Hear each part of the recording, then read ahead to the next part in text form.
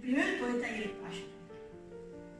Esta es una belleza grande que habla, como también las palabras, de la inspiración, de lo que es la poesía, ¿no? Su propia experiencia. Y dice: el silencio de la noche cae sobre el jardín. El agua del río careza con su sonido el albergue. El pájaro en las ramas del árbol canta un canto cristalino. El pájaro. A la madrugada me volaré y donde estaré a ti te cantaré. El sueño del poeta. Volar como el pájaro. En el refrescor de la madrugada sale el al jardín. Una pluma se aposa en su palma.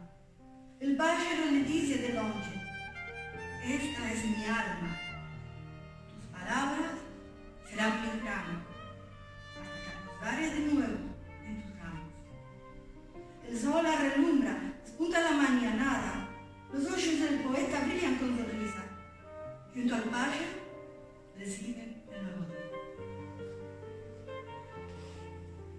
Algunas palabras quizás no suenan tanto, otras han entendido, por ejemplo, el sonido del ave,